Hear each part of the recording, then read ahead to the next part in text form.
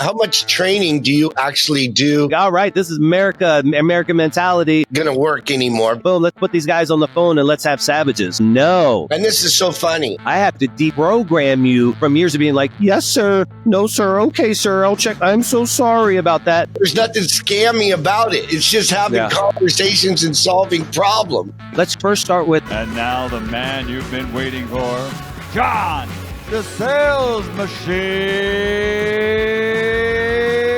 Rankins.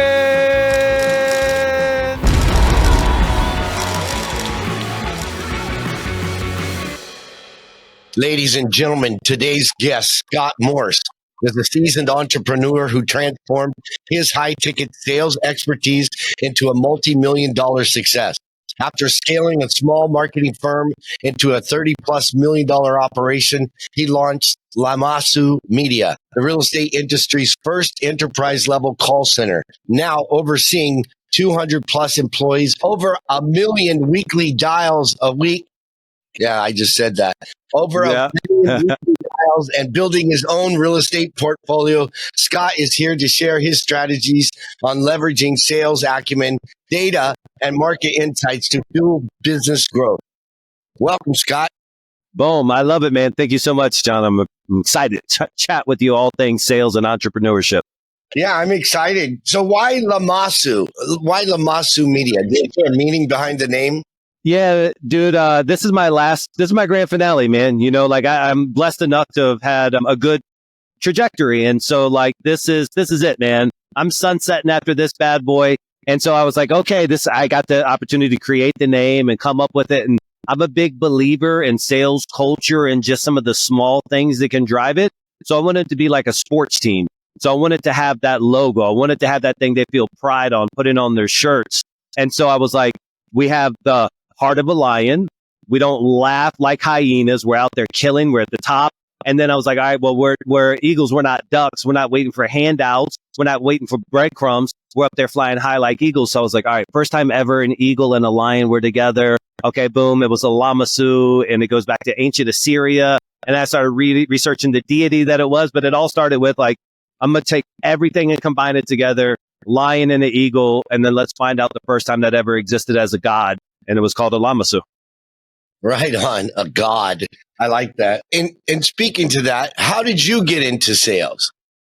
And what was your journey? It was so good. Like I always thought I was a pretty good communicator just because I was a class clown and stuff. But I didn't know that could be profitable to be kind of quick on your toes. But even if you're not quick on your toes, I think good sales training really solves almost everything, right? And disciplined sales procedures. But dude, I used to install security systems. I would be in people's hot ass attics or under their dirty ass houses, and I'm running wires. But always at the end, when we were done, I was the guy showing them how to program the stuff.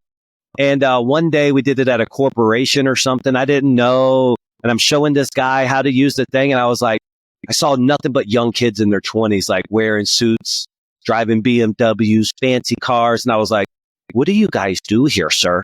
He was like, we sell timeshare. I'm 20 years old. I've never heard that word before in my life. I was like, what's timeshare? He told me a little bit about what they're doing. I legit that day told my boss, I'm gone. I ended up giving him some time. The next training class wasn't for a week or so out. But then that's what I did. I got baptized in timeshare sales at 20, from 20 for a couple of years in that. And that really taught me the foundations that grew into future foundations. Yeah, I get it. Funny, you know, I've actually sold ADT alarms and built teams to do that too. That's just one of the things that I did in the sales journey. First $1 million. Nice. On doors. But it teaches you a lot. Yeah, face-to-face sales. I did that for high-ticket sales because then we set up like this travel club where we're selling the software out of hotels. We would drop postcards to like the entire, like our avatar, which were senior citizens who wanted discounts on travel. And like I did that for 10 years. So I got really good at face-to-face sales. And then when I started doing telesales, I realized there were so many different tactics there because I was coming into it a lot stronger from face-to-face as a captive audience who couldn't click. And so like I've really been baptized in both things, high level face-to-face and high level over the phone. Yeah, and let's talk about that. What are the nuances and the differences that you noticed going from face-to-face, right, basically to, making calls, dialing for dollars. Yeah, just like shooting the breeze to kind of like talking like less tactical. The guys face to face used to make fun of me. They'd be like, Scott, you remind me of one of those inflatable, flailing, waving arm mans. Because when I'm face to face, I'm animated. I mean, we're leaning in. There's so much you can do with your body language without saying a word that you don't get while you're over the phone. And then what you end up having to learn is how your voice inflections make your body language felt. And there's also, too, I have a belief that like motion creates emotion. And so I'm still moving. I'm still doing my movements when I'm over the phone because believe it or not, I believe it. I believe it transmutes through the phone and it helps accentuate my voice tone. So that was really one of the core things is like, okay, oh my gosh, I've lost this massive tool. How do I build that back through some other vehicle to still trigger that emotional response I need the customer to know when I'm delivering something important or understanding them or telling them something that's just for their benefit or whatever it may be. So ended up having to go from that path to that path. That's just one of many things. Yeah, absolutely. And pitch, pace, and tonality actually matter. So you went from there. And how did you get into high ticket sales? Was it through the travel club or the timeshares? Yeah, it definitely is. I want to hit something else too on that last question as I go into this one. But the biggest thing I struggled with is that now people could hang up on me, John. And before, when they were sitting at a round table and their car was on the other side and like there was a social contract that we had here that you wouldn't just walk away. That social contract no longer exists over the phone. So the level of aggression that I could be pleasantly persistent, let me just say that. But the level of aggression that I could use face to face and moving the conversation forward, I lost that tool. And so I had to really I was getting hung up my first month over the phone. I was getting destroyed because I was so aggressive. So I ended up having to slow that pace down and better understand that sales delivery as well. So anyways, I just wanted to reiterate on that part that we talked about there. Yeah, without connection, some people call it rapport, but it's really, about connecting and meeting people where they're at. You can no longer read the room when you're on the phone. Amen. But you can definitely, analyze a mood and if they're accepting or they're rejecting, right? If that wall is up and they're resisting or if they're open, you know what I mean? So one of the things I like to do to read the room, John, just to share some tips, and I'm sure you guys use this type of stuff too, but it is difficult to read the room. And so what we have different parts of our consultations, particularly on our closing side, that have these underwriter reviews or talking to the back office. And we create opportunities to put the customers on hold, and we don't actually use hold, we use mute. And what that just allows us to do is now get a read of the room. Well, this guy, I'm this guy. Oh, honey, hey, I think this is something like that. And so just something a little nuanced like that. It's like, hey, listen, we do really need to go talk to our manager. We're still going to be able to hear what's going on. It is kind of a way to get a little bit of an insight in the room while, in fact, you're over the phone. Yeah, I got it. So you went from that into building your own marketing company, a $30+ million marketing company. Tell me about that journey and how you got how you evolved into marketing, because marketing to me is selling without selling, but being aligned with sales. I'm definitely passionate. I'd probably say equal, but I really, really am passionate about marketing. You know what happened, man? I was walking around a lake with one of my buddies one time, and he was a laptop lifestyle guy. I was in the golden handcuffs. I was living on the 28th floor of Lake Eola Towers in Orlando, Florida, high rise, right below the penthouse. Wasn't the penthouse, but in my head, I'm in the penthouse. And, I'm living a good life. I'm making a great W-2 salary from the travel club that I'm working for. I'm the chief operating officer, but golden handcuffs are on. And we're walking around the lake one day, just grabbing some beers, whatever. And I'm really impressed with his lifestyle because he's able to go and do and be. And he's like a modern digital hippie. I said, oh, damn, what is this? And then he broke down to me like PPC, pay per click. And I was just like, so wait a minute, because I was in a really competitive space. And I knew that all of my customers went home and Googled us. And because it was, it's a high intensity face-to-face consultation. And so even though people buy with emotion, they stick with logic, there's still going to be something where they may go home and do a search query.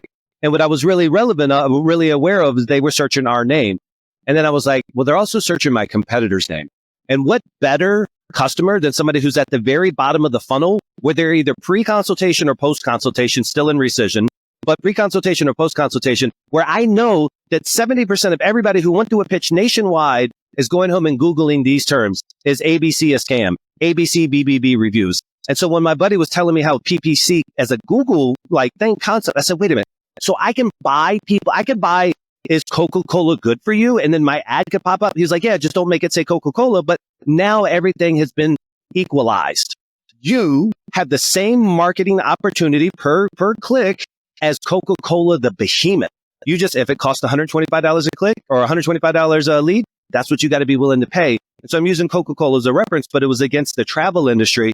And what I immediately appreciated is like, okay, great. I know customers conscious. I've worked with them for so long, these people in this industry. I know their search queries. I know what places they're going to pay their bills. I know their ages. And so I ended up just building this monster PPC funnel that allowed me to get high velocity, which is high volume, but low funnel and conversion leads. So it really gave me a step up in that next vertical. And so you sold that company off? Did not sell that company. I got sued by two multi-billion-dollar companies. I was on January 17th, 2018. I was supposed to have a check for 50% of the company for $54 million. And I had already been plane shopping. Well, I got sued to fucking oblivion and I got bankrupted. But that company ended up filing bankruptcy. The corporation did. Yeah, and I shut it down. No worries, as you do. So why did these guys go after you? Because everybody was friendly. I considered it like pirates on the sea. Everybody was friendly competitors and we were all making a lot of money. We were the first people to break out on the ship, if you will, on the ocean to get institutional PE money. And so we were going to have private equity money coming in, which would then catapult us ahead of everybody else. And so everything was under NDAs and everything's so super secret. But these PE groups, they go and they talk to somebody and they talk to somebody. And then our biggest competitor, which is a Wall Street traded company, found out we were about to get PE because we were friendly competitors, but they were always bigger than us. They're a $1 billion company. We're just rock stars. And as soon as they found out we were about to have the type of capital to be a problem, they took us out. Yeah. And, it happens, there's lots of different ways they can take you out, but, sometimes they just buy you out. So. Well, the frivolous lawsuits are also a really good way because our insurance didn't cover it for it. Like we were like, sue us all you want. And then the insurance after going, they're like, no, hey, listen, this doesn't actually apply. You have this other type, you needed this type. And it's just like, oh shit. And so they bled us dry for like a year before the result of this whole thing was sign this piece of paper and say you'll get out of the industry. We'll drop the lawsuit. Like, you motherfuckers. Don't pay us anything. You don't owe us anything. Just agree to leave and everything will be over. Hey, you motherfuckers. So then that gave me the opportunity to start this here, taking all those lessons and all those opportunities and manifesting this great thing you see behind me. Yeah, good. And so I want to talk about that because, a lot of what I know from some of the most successful people in the world, a lot of them went door to door. One. Two, a lot of them failed, on their first gig or had a partner rip them off or, all the time. It all went wrong. And, I've been there. Yeah. And yeah, it's a mother father. Yeah. It's a mother father. Yeah, it is. When it happens and it's devastating and no one knows how devastating it is unless you've been in it. Yeah. I know. I left one country on a boat, but that's another story. This is your story. So tell me, Scott, what were the lessons you learned for that? And then how did you apply those lessons to what you're doing now? A long time prior to that, and I have two beautiful daughters and a great family. So what I'm about to say may sound and the antithesis of this, but every woman that I've ever dated has really, really struggled with me for the reason that I really don't see failure. It's all every single negative thing, even if it's it's an opportunity to move. It's an opportunity to learn. Okay. I'm not going to you can't find me you're not going to ask me a question of something I regret. Maybe something that structurally I will do differently the next time that opportunity presents itself. And so I think that helped a lot because I never once, I knew it sucked because it sucked. Well, I paid millions of dollars out of my own personal pocket for attorney's fees. I know what it sucked. But in regards to something that I'm mad over or bitter over is zero. And so my biggest takeaways were from it is okay, now next time I go take a company public or go take a company for sale, I have that whole thing mapped out because I didn't understand so much about the financial world and how they actually analyze the company and exactly what EBITDA. And I mean, there's just so much stuff that we were just cowboys printing money that we didn't understand. Okay, well, this one is going to be carried back and you get more of this and blah, blah, blah. So what I did is I took all of that and just turned it into an opportunity to come down here and create something great for myself, which was for me to solve a problem I had in my business. And again, I knew other people had because I could analyze hey, this industry doesn't have good outbound leads. I need it for my own real estate investment firm. So I'm going to solve it for myself. And once I solve it for myself and people saw me, hey, what's this new guy doing?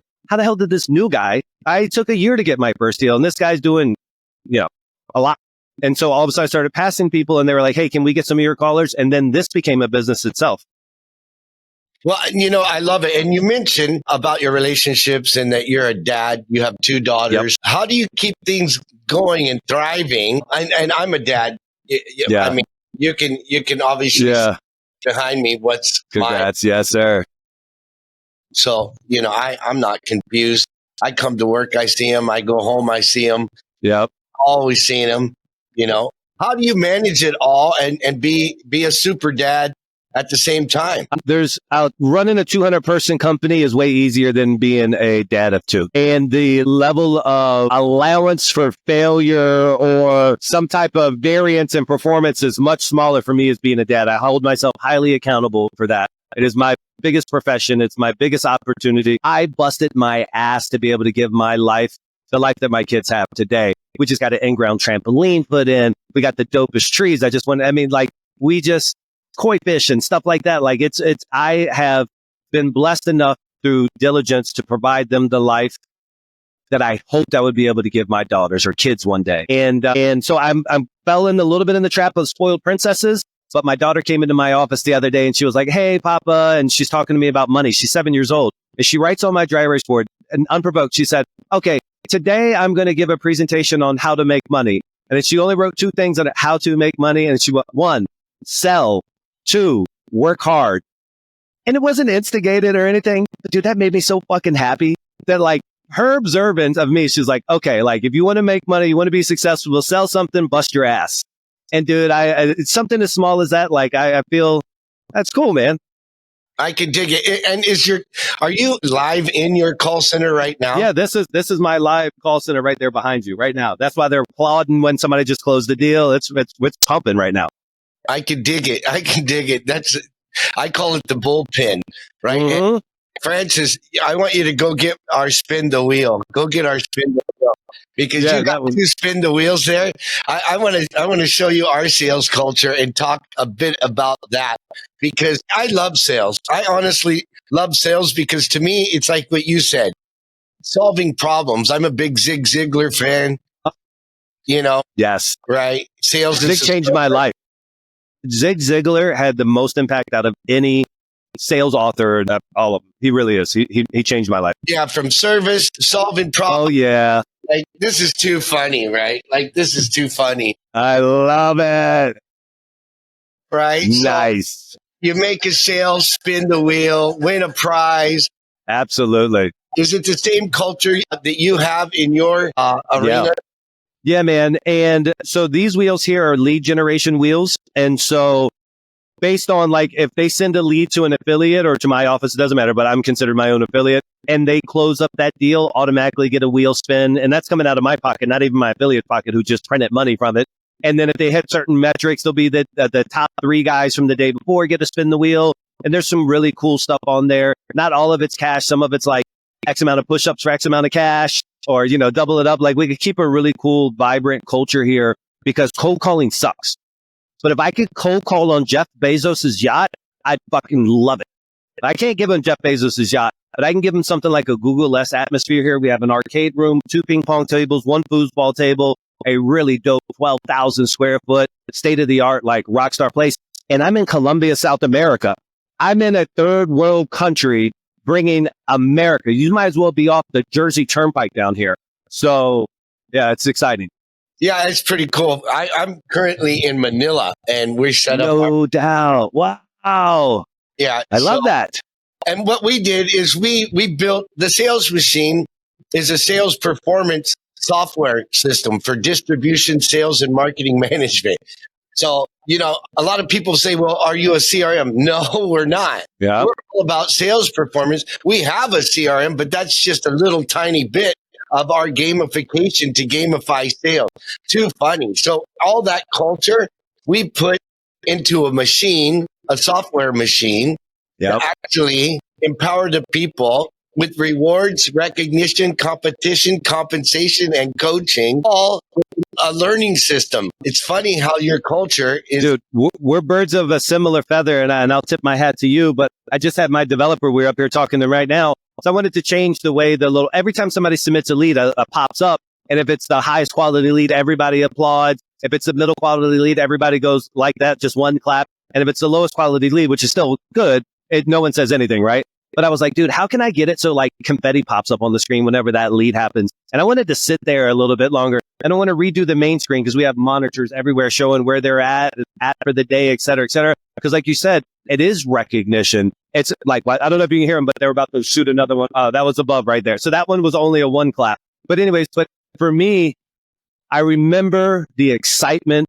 of working in these types of places. Like energy is everything. So if you've been on the phone by hour 7, it better feel like a damn club in here. There better be, like you said, that gamification, something that's neurologically stimulating me to keep on pushing to that lead that I'm supposed to get today. Yeah. So I love the culture. For me, for my team, like we eat what we hunt. I mean, there's farmers, but at the end of the day, the most successful salespeople in the world have the ability to prospect and go in and make a sale. Yep. Right. So, but let's face it, sales is on one stage has evolved. Mm-hmm. But so, here's the funny thing. So I'm a big fan, Jim Rohn, Zig Ziglar, come from service, solve problems, make sure they're satisfied. Those are the secrets to wealth, a wealthy company. Satisfied means no churn, right? Yep. So, and then the sales kind of, that's the highest level sales. That's what I believe and what I know. And I even use that methodology in software sales today. Yep. Along the way, though, there's been a lot of, car salesmen, Sharky sales, and then there's been, the boiler rooms, right? And there's a famous guy out there at boiler rooms. He went to jail, right? For ripping people off. Yeah. I know where you're going. And I'll tell you what my analysis is on that because I'm with you. I tell the team all the time, I feel so blessed that I got my roots in sales pre-YouTube actually and pre some of this technology because I got it through books. And I never had these neurological distractions. I never had these scam artists. It's like if you had enough to be a book recommended by my sales director, you were actually worth something. It wasn't something just randomly showing up in my feed and distracting me. But I think to me, it's like a lot of guys are attracted to them just because of I'm going to use the word feminization. I know it's an inappropriate word, but just the softening of the culture. Like they're just looking for somebody to tell them to get off their ass more than they are looking for somebody who's actually providing real technical support. And it's like, man, if you can just motivate yourself or if you can just do whatever you got to do to accept your responsibilities, getting that leading first. If you help enough people get what they want, you can have everything you want mentality. The true sales as you're speaking, that's where like the next level is. Because if not, it's just going to be a churn of chasing that next guy on Instagram who you'll never beat. Yeah. And so, because I believe in the bullpen, but I don't believe in the boiler room. Yeah. I couldn't agree more. Yeah. I tell people this all the time, dude, give me a good people and a good product. I'll fucking murder it. I could make so much more money being a scumbag. I don't want to be a scumbag. I got 2 wonderful kids. I got a great life. I like what I have. I don't want to lose any of it. So, yeah, exactly. So I see how the evolution of sales, and I'm writing a book right now called Next Level Sales, taking people from where they're at to where they want to be. And I use the acronym NEXT, which is needs, economic factors, X factors, the objections, and then the timing of making an offer. And I find it to be applicable to almost any sales culture. Yeah. From door to door to now I sell $100,000 deals. I love that. My own software, right? So it works. And there's nothing scammy about it. It's just having conversations and solving problems. Yeah, I think that a lot of the issues, at least I can speak to the REI space really well, but a lot of the concerns that I have is the leadership skills of the people who are in charge of the sales guys. And so, especially in these smaller organizations where it just goes CEO who's detached and a small sales team, I'd never seen that at scale until I got into the REI space, because it's not like a larger organization where, okay, for every 7 agents, you'll have like a sales lead, and then the sales lead will have a sales director, and maybe there's a director of sales. Like that hierarchy is what I grew up in, something that was larger and bigger. And so it had a lot of support. And the smaller ones, what I find is that the leaders lack accountability. And my God, how terrible of a sales agent I would have been coming up if I didn't have people holding me accountable for my performance, acknowledging, not ever letting me hide under a rock on a bad week or a bad month, or allow me to live in a rut. And so like, that's the main thing. People say, hey, what's the secret to being a good sales culture? It's like, let's first start with accountability, letting them know, just transparency in the numbers, let everybody know the numbers, et cetera, et cetera. And I think that that's a big gap or an opportunity out there right now in a lot of sales force. Literally, our software has 5 modules. And this is so funny. It has a sales CRM. It has a marketing campaign builder. It has accountability through achievements, because, going to work anymore because it becomes a toxic environment. Yeah. It has a retention module and training. It's called SMART, but it's got a patent pending on the accountability piece, because nothing out there is creating accountability with those 5 different things seamlessly working together. Nice. What are you guys doing as far as to drive sales in your organization? How much training do you actually do and apply to your agents? So I think that me and you, and again, I don't know too much about the sales side of your operation, but we probably have similar pain points. I'm in a developing country. Most of the people who have good English that have worked in over the phone prior to me hiring them have actually had customer service backgrounds. And so one of the hardest things when I came here, I was just like, all right, this is American mentality. Boom, let's put these guys on the phone and let's have savages. No, I have to deprogram you from years of being like, yes, sir. No, sir. Okay, sir. I'll check. I'm so sorry about that. So for years, they've been beat up, kicked on, not stood up for themselves over the phones. They have no phone confidence. And after years of no phone confidence, they have little personal confidence. They don't set goals. And so like, I'm literally taking in animal strays, right, if you will, from a sales standpoint, people that are left somewhere and they've been kicked and abused. So our onboarding is about 6 weeks. It's about 3 weeks of just real estate 101. I need you to understand all the terminology. I want you to understand the difference in yards. I mean, everything that we're teaching them for real estate, coupled with that sales 101. And all throughout are these intervals of building back their phone confidence, how to actually stand up for themselves over the phone, how to use that voice inflection. Interesting. How'd you come up with that number? And just teaching them all these small little things to finally get confidence back. So I always say it's 3 things. It's like we're teaching them real estate, we're teaching them sales fundamentals, and we're giving them permission to be confident over the phone. Yeah, I love it because, if you're not competent, you're never going to build your confidence. And all that competence comes from practicing, right? And practicing. Amen. We do a lot of role playing in our organization. Yes. And we've done it for years. Literally, role play, practice with one another. Amen.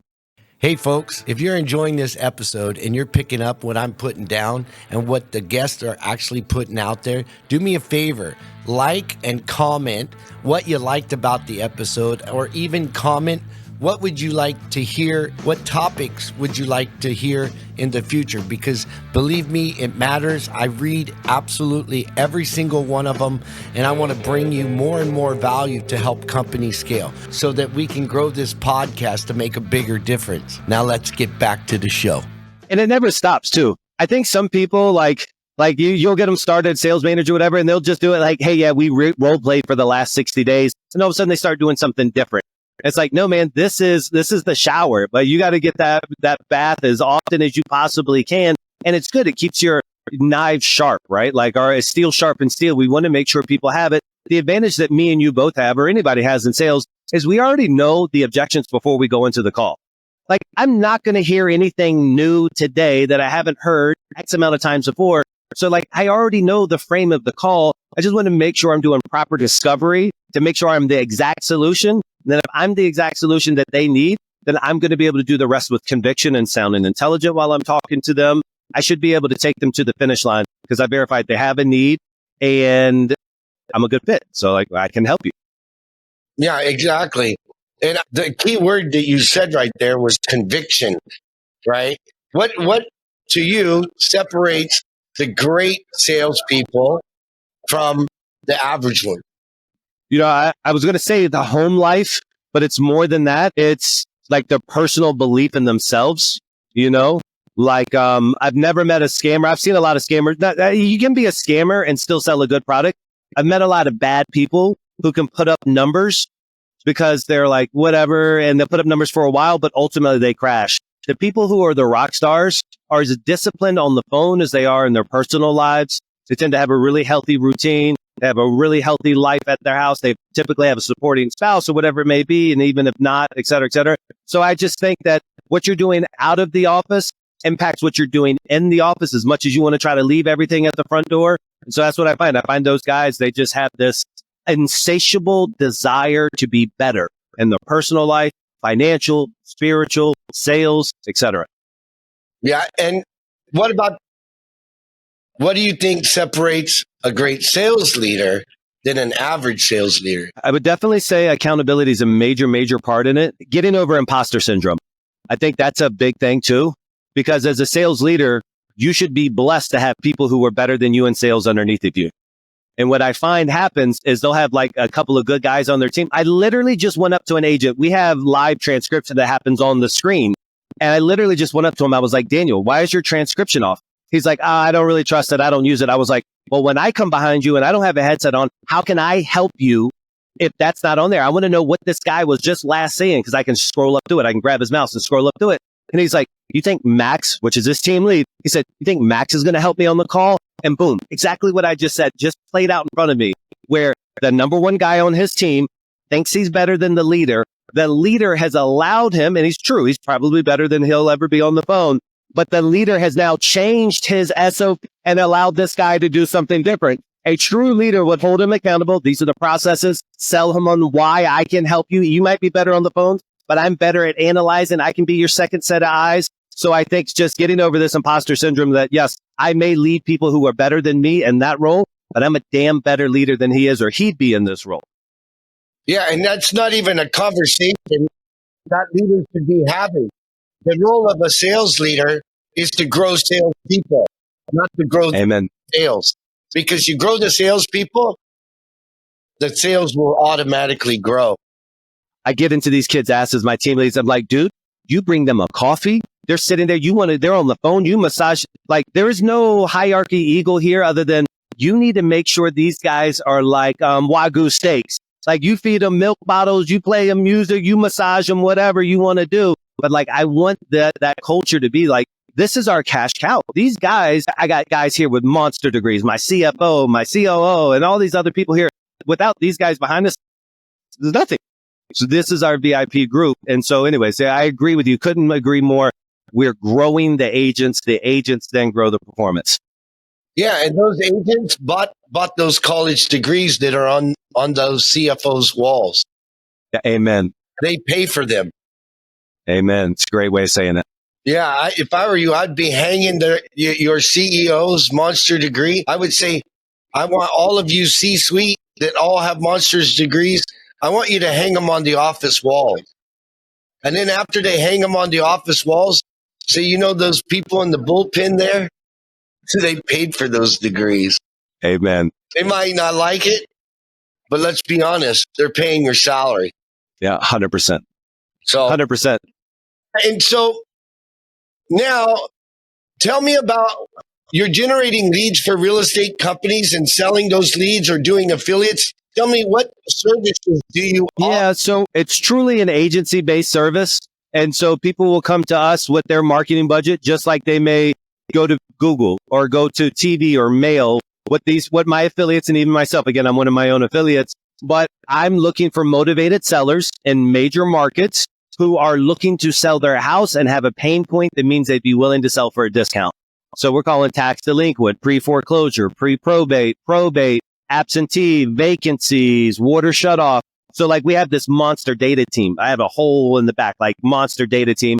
And I can see in public records, which is the advantage of the United States versus, let's say, Canada or some of these Latin American countries, is that it's super transparent online. And it allows me to identify highly likely, although not always accurate, people who are looking to sell their house. And so we just have a really heart-to-heart 15 or so minute conversation with each one of these people who want to be converted. And then we collect all this information. I mean, by far the most exhaustive lead details in the entire industry. And then we post that to our affiliate CRM or live transfer it if they're available. And then that guy is going to now have an entire consultation, 45 minutes to an hour consultation, either over the phone or in the house, understanding exactly what their pain points are, ultimately making them an offer and trying to help them out of their problem property and then move them into a new property. I dig it. And so are you selling the leads and or do you charge a service? Yeah, it's a service. People will pay X amount of thousands of dollars for X amount of manpower, if you will. And then that will get them in return, depending on the market, a certain amount of leads. So let's just say, I don't know, 5,000 dials a day for one affiliate is going to produce way less leads in San Diego than Mobile, Alabama. And so we kind of create these custom packages for these real estate investors or wholesalers nationwide who are looking to get more motivated sellers, like highly motivated sellers, but without the brain damage of cold calling. Because in my office, I keep my fronters and my closers on completely different word tracks, completely different training tracks. And so I want my fronters to be excellent qualifiers. That is your objective. I don't need you closing, and I don't want my closers acting like these guys. It's two completely different hats. And so I'm the fronter operation here, and these leads go to a closers. So that way for my affiliates, they're like, oh, cool. My closers aren't necessarily prospecting. We're literally just calling motivated leads that Team Lamassu is sending us. I get it. I dig it. And in the software industry, they call them SDRs and then BDMs, sales development reps, and then business development managers. Yeah. There's a lot of terminology out there you got to just keep up. Yeah. You just got to keep up with instead of having conversations. Yeah, all you SaaS guys got so many damn acronyms. Yeah, exactly. But, it works for, well, I use acronyms that are actually, intelligent. Like, if you look at our software, the side panels literally read SMART: sales, nice, marketing, achievements, retention, and training. What do you want to do? Do you want to do sales? Do you want to do marketing? Nice. Do you want to check out your leaderboards and achievements? Who's kicking ass, right? Yeah. You want to do some coaching? Click that. You want to check out your customer retention? How you doing? You want to do more training? Click on training. Yes. Make things simple. My 6-year-old can use my tool. Yeah. Kiss. I'm 100% with it, man. And it's just how many people out there don't have that resource or haven't invested in that resource, and why they need something like SMART is because you're a good agent. If you have a good sales culture, I always tell people it's like hustle while you wait. So there's going to be X amount of agents here that literally just as soon as 6:30 hits, you're going to see all these heads that go off, and they're going to go home, they go do their thing. But there's going to be some guy tonight who plays back, only 2 or 3, who plays back some of their calls from today. There's going to be some guy tonight who's actually on YouTube studying, who's reading some white paper on if the Fed's interest rates drop like they're projected to do again, 0.20, 0.25. There's going to be a couple of these guys. Those will be the future leaders of this company because they hustle while they wait. And so by having something like SMART, the people who are willing to hustle while they wait, they can now have an organized place to actually go get more information. That was a bomb you just dropped. Hustle while you wait. I love that because professionals prepare, amateurs wing it. And if I'm listening to one of my guys and he starts bullshitting, I can immediately tell you didn't prepare for this call. You didn't research who you're going to talk to. Like, you are getting these sales qualifiers to actually, you call them fronters, to qualify the leads. Don't give it to a closer, because a closer is going to be very direct, very, systemized and use a process to actually get them across the line. Yep. How important do you think it is? And you said it earlier, your word tracks or your scripts are very different for your SDRs or your fronters than they are the closers, the business development managers, right? Yes. Speak to the different processes that have created success for your company for each role. Yeah. I think the biggest important part to keep in mind is that it's all time optimization. And so for me, my closer is a closer because he is the person that I trust to have the highest value conversations. And so what I want to make sure is he's actually having conversations with people. And so again, the reason why we keep them separated is I trust him to talk to people who are ready to talk to him. I don't want him prospecting. I don't waste any time. In regards to how that senior qualification word track goes, for us, it's almost the best way I can say that is the sales concepts are fundamental. They're irrespective of the product or irrespective of the sales agent. They're just more in depth. So it's more discovery. It's more credibility. It's more positioning of the benefits and really making sure, like over here, we're really talking features, but over here, we're really talking benefits. And, there is a difference there. And we're really doing all the things that we need to do. We're actually talking the final numbers over here. In regards to them, they are separate, but they have so much. It's like, this is the shadow. The fronter is like the shadow of the closer. This is the real deal guy. But I'm doing a little bit over here. I'm getting the fundamentals of the same thing over here. I'm still closing them on saying, yes, let's speak with an advisor. And over here, I'm closing them on giving me my credit card or signing this contract, et cetera, et cetera. So they're kind of the same, but it's just less. And I don't want this guy trying to step up to the big leagues, and I don't want this guy doing the menial tasks. Got it. So yeah, you're maximizing the resources with the seasoned high-level guys. Yes, sir. So you said you have a big data center in the back, and we just did a big upgrade to our system, a data performance management system where we can have real-time insights, literally millions of points of data. Wow. Within our system. We can get real-time insights. We did it for one of our clients, big query, big data, so that they can evaluate. And we found out, some of the banks that we're actually talking to, they don't even have AI and or the ability to get real-time insights. They've got like data analysts, and it takes them weeks to make decisions because there's millions of credit card transactions, buying history, what are they buying, where, and they want to be able to do all of these different things. So how are you filtering the data, and are you already using AI to do your prospecting? And how is AI playing a role with your organization right now? So in regards to our data ocean, which is what we call it, so that we keep everything housed internally, we own every single address in the entire United States. There's not the governor's mansion to the 7-Eleven. I know every single homeowner in the entire United States. So our data ocean is huge. When we do our queries, we typically do it by state, so it's a little bit more parsable. But we are really good at developing out our BI tools. So we have a lot of BI tools that help us kind of analyze and see what performance is. Our biggest advantage that we have above anybody, John, is that I was smart enough, if you will, that 4 years ago, we started housing all the call center results. And so I know what numbers result here. I know what dispositions are here. And I started passing that information back to the data ocean. So now I'm making not just analyzing the asset itself, okay, this is a 3-bedroom built in 1950. This is this. It's like, oh, I know this zip code is performing really good on the phone, or this type of motivation source is performing really good. So I've been able to overlay call center results and then the US address system, if you will, to be able to offer really good strategic advice as to what list we should call. That's the data side. The thing I want to talk about is the AI side. I was very blessed to go give a presentation in Clearwater, Florida 2 weeks ago or so for the Collective Genius Mastermind, which is a really high-end mastermind in real estate. And I won the belt for the best presentation. Really nice, cool, like WWE belt. It's cool. I wasn't expecting to, but I did it on AI. They had a fancier name, but it's Quality Assurance AI. This Monday, I'm actually redoing it live to all my Instagram followers and everybody. And I'm giving away the AI agent and prompts for free. But I saw the impact that it had for me, which is, okay, I'm at scale. I have to do accountability on the phones. There has to be a quality assurance team. I have to make sure that we're hitting all the right metrics. If I send a lead to somebody and put Lamassu's name on it, is it absolutely worthy of that name brand Lamassu? And so we took a while to build out and modify and just keep on making better and better and better and better and better and feeding it more knowledge base. And it's our own private GPT, which I share to the public anyways. But you literally can take any transcript, jump it into it, and man, it starts scoring it on the introduction and the warm up and the discovery. And it shows you all these things.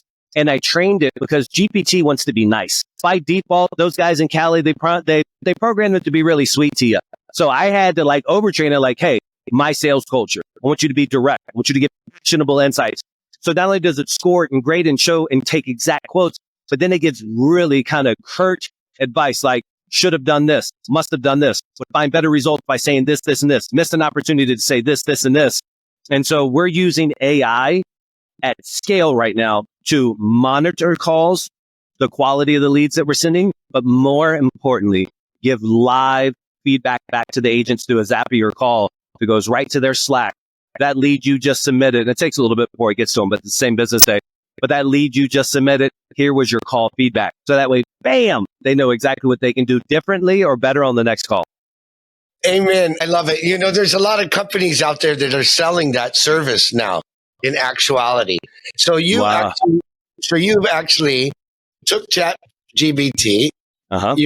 You got some encoders or developers to take it and use your word tracks to listen to the calls. Now, did you have to build that out from code, or how did you adapt it or adopt it?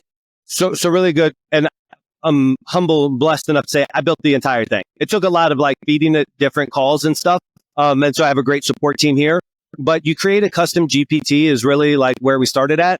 And I learned after playing with it over months, it's like, okay, I have my prompt, which is really exhaustive, but I wanted to have separate knowledge-based documents. And so like I uploaded a list of like power phrases. So like sizzle words that you can say on the phone. So I wanted to acknowledge like no risk, no obligation, benefits, whatever, like this whole, it's like 70 some power phrases. And then I uploaded a list of like 50 some probing questions, really in-depth discovery, reflexive questions, things that I just know, things that you know, right? Like how do you get that extra? So I uploaded those 2 knowledge documents and then I also gave the guys a copy of the knowledge document. So they all have it on their cubicle as well too. Then I said, hey, you get an extra point every time you use 3 or more, you get 1 point, 4 or more. So then I started gamifying it with these guys too, because they get a higher commission based off of their score. And so I betted that. And then I was like, oh, this is kind of restrictive because it's got like my word track. It's got all this stuff. I said, but I want to give it more to pull from. So then I uploaded See You at the Top. I got the PDF of See You at the Top. And then The Way of the Wolf from Belfort, because these guys like a little bit of rawness too. And I said, hey, have the freedom to analyze these books and pull quotes or strategies from there into this and sprinkle it throughout, just so like it didn't go out to the web, but it could do something more than just my little office here. And it's so cool seeing it quote Zig Ziglar, as Zig Ziglar says, blah, blah, blah, blah, blah. And so, yeah, we created this little machine that we're now able to QA at scale. And most importantly, quality assurance. People who work in quality assurance sucked at the phone. They got kicked off the phone and went to QA into the fucking back to die. And so when they were giving feedback, the closers would be like, or the agents would be like, okay, buddy. But now Zig Ziglar's telling them something. Now Jordan Belfort's telling them something in their head, like this super GPT. So the amount of respect that they have for the feedback has, and it also goes to the team lead, and the team lead sits with them and review them. But it really helped a lot. Yeah. So how do you do? So how many agents there right now that are actually using the same technology at the same time, but it's all separated per call, right? To actually grade and score them. So we have about 200 agents or 200 bodies. Only about 130 of them are 120 something of them are actual phone guys. And so everybody, and right now our main dedication is to converted leads. I know the gold mine is not actually in the converted leads. The gold mine is the 7-minute call that all of a sudden went non-interested, because nobody who was not interested stayed on the phone with you 7 minutes. And so we just haven't gotten there yet, scaling it fast enough, because that's where the real money's at. Right now, what I'm doing is just doing brand protection awareness because I'm known as the expensive guy with the best leads. So damn sure it got to be the best leads out there. If you're going to be the Rolls Royce of cold calling, you got to represent. So right now we're just using it as an audit to make those better, but we're able to do that at scale. The real sexiness comes to where we do their non-conversion leads. And there's so many different things you can see in a spreadsheet to say like, what happened here? You said a call back up after 3 minutes? Oh, it's kind of weird. You know, like you can just pull disposition reports, submit those in, and then get feedback. So that's the next iteration. So what lead generation strategies are working best right now for your business? So we're 100% cold outbound right now. I mean, raw dog, cold outbound, didn't ask to be raw dog. Hello, Barbara, are you there? So anyways, no, I'm being a little facetious, but yeah, 100% raw dog, cold outbound.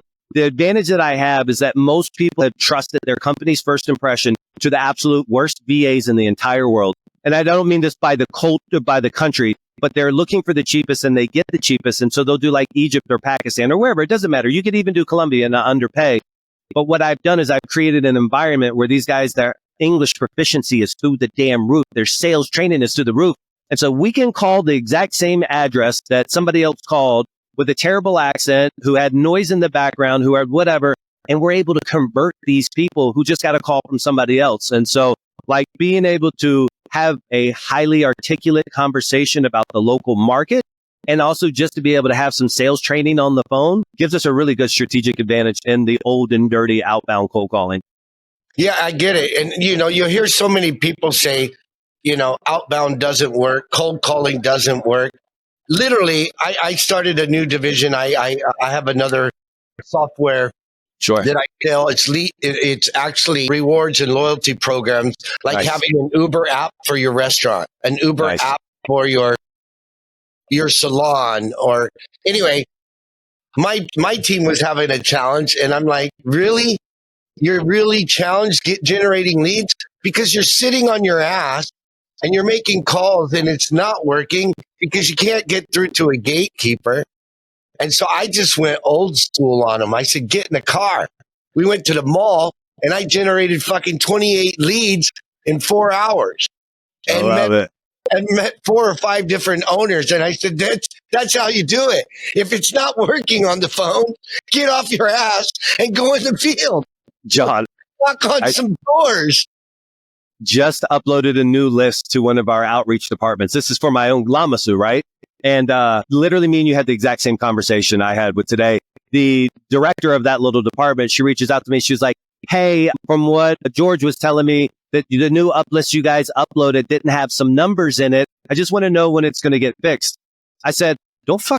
I'm really hot. More or less, I was like, don't bother me over this shit. Why are you worried about the ones without the phone numbers? Scroll to the ones with the numbers. Like, there's 1,000 there and 400 don't have a phone number. Okay, call the 600 that do. Why would you waste a scintilla of your brain neural waves worrying about when you're going to get the numbers on the leads that don't exist? Call the ones that do exist. Give me an incentive to go pull the rest of those additional records or update that file. But it's exactly this. It's like, no, well, you know, we don't have all the records. I'm not sure if we should call. Motherfucker, you better pick up that phone. Yeah, I love it. I always tell my team, don't tell me what can't be done. Tell me what can be done. Amen. That's a great way. You can tell me what can't be done. Do you think I became a millionaire by making excuses and saying, well, it's not possible? What's not possible is you're not going to ever be successful with that mindset. Yeah, I love that. Don't tell me what can't be done. Tell me what can be done. Yeah, I love that. So I'm intrigued about how you've used ChatGPT because there's companies out there setting it up or selling their service to set it up, but behind it, it's still ChatGPT. Yeah, I think where people, when they walled me on stage, they were like, this should be sold for $10,000. And again, with me and you, we have spin-off businesses, but we're focused. And so I'm not going to go do that. But I can say this is that where most people stumble with doing this for their own sales organization is they get too preoccupied with, okay, how do I zap or how do I get my audio file into the GPT? And it's like, okay, that's really difficult. You're talking about, you're going to have to know your APIs from whatever your dialer is or system is. And then you're going to try to zap it into something. And right now, GPT absolutely sucks with trying to do a live transcription of a call. So here's just a just pay a VA, do what I don't care. Just have somebody literally just pull the recording down. What's cool about Slack is if you have Slack, you can literally drop any MP3 in a Slack instantaneously. It transcribes it with the time prompts in there. So literally that's what we do is like, we'll pull a recording, send it to ourselves real quick, instantaneously get the entire transcript with all the time prompts, and then copy and paste that into it. And so many people get stuck at the technology part. They don't even get to do the cool stuff, which is build out their own custom GPT. And so once I said, I'm not even worried about this, dude, I'll just download the MP3, I'll transcribe it myself, I'll copy and paste it in there. Then the floodgates of opportunity open. And that's where we're at. So we do this part manually, but the value is over here in this part, the analysis of the calls, not the automation of I want to be lazy. So you got people listening and Slack is transcribing it. Exactly. Instantaneously. And it's showing up on their screen while they're on the call. Well, so that's two different things. That's a good point. I do transcribe live on the call, but at the end of their call, we pull the MP3 down or pull the audio down. And then ChatGPT wants to know what that transcription of that audio is. It'll perform better if you give them the transcription. And so then people are like, oh my God, I got to buy a software. No, like if you're on Slack or get the free version of Slack, if you just drop that MP3 into Slack, it'll automatically transcribe it for you instantly. Then we copy and paste that transcription and then put that into GPT. And then it's boom, it's on. And then what's scoring it? Is it your team? It's GPT. No, it's GPT. We have taken, exactly. It's now reading that transcript. And what's so badass is it knows like at point, let's just say at 2 minutes and 12 seconds, customer said this. And then at 2 minutes and 22 seconds, it will notice that gap and say, agent failed to build rapport by acting distracted or sounded whatever. Like it's analyzing even the time between the responses. It's so beautiful. But we had to train it. We gave it like sections because our consultation is broken into like 5 sections. And so it knows on like value add and discovery and the opening, all the different things that we're doing. Did they do a live transfer? Like we just programmed them and said, this section's worth 20 points. This section's worth this, and this. Here's some bonus parts that they can do to lift up their score or detract from their score. And then we give it to the team. So we've gamified it because they want a high enough score to get a commission. That's right. And so anyway, so it's been really cool. It's still got room for growth, but it's awesome. Yeah, it's awesome. So I'm doing the same thing with my scoring. Right? You can get 10 points from the beginning of the call to the end of the call. And did you make a sale? But from the next level framework. So did you talk about their needs, right? Were you curious? Yes. Did you ask, the right discovery questions? And you get points for those questions. You get points for pausing. Yes. I want you to pause. Power pause, baby. That's right. Because yes, let them talk. The more they talk, that's where the gold is. Yes. They're going to tell you where the gold is, right? And how to get the gold. But not if you don't shut up. I don't know who taught me. Yeah, I'm so sorry, John. I don't know who taught me this, but it was like 2 ears, 1 mouth. Use it in that percentage, like 66-33. That most successful people, the most successful salespeople talk the least. 100%. And they're trusted the most. Yes. And make the most sales. Yep. So that's John. This has been. I didn't mean to cut you off. I said this the other day on stage, and I was like, "This is it." And I may have heard it before in the past, but it came out after years of like being hidden away. Like quality questions lead to quality conversations. Quality conversations lead to quality leads. Quality leads, quality deals. So it's like questions, conversation leads deals. Questions, conversation leads deals. That's like the mantra. Yeah, and the quality of your questions is going to determine the quality of your sales and Amen. The quality of your life. I mean, even personally and professionally. Yep. So what's next for you and your business? You're totally focused on the real estate and, providing this service for real estate companies predominantly in the U.S. What's next for you?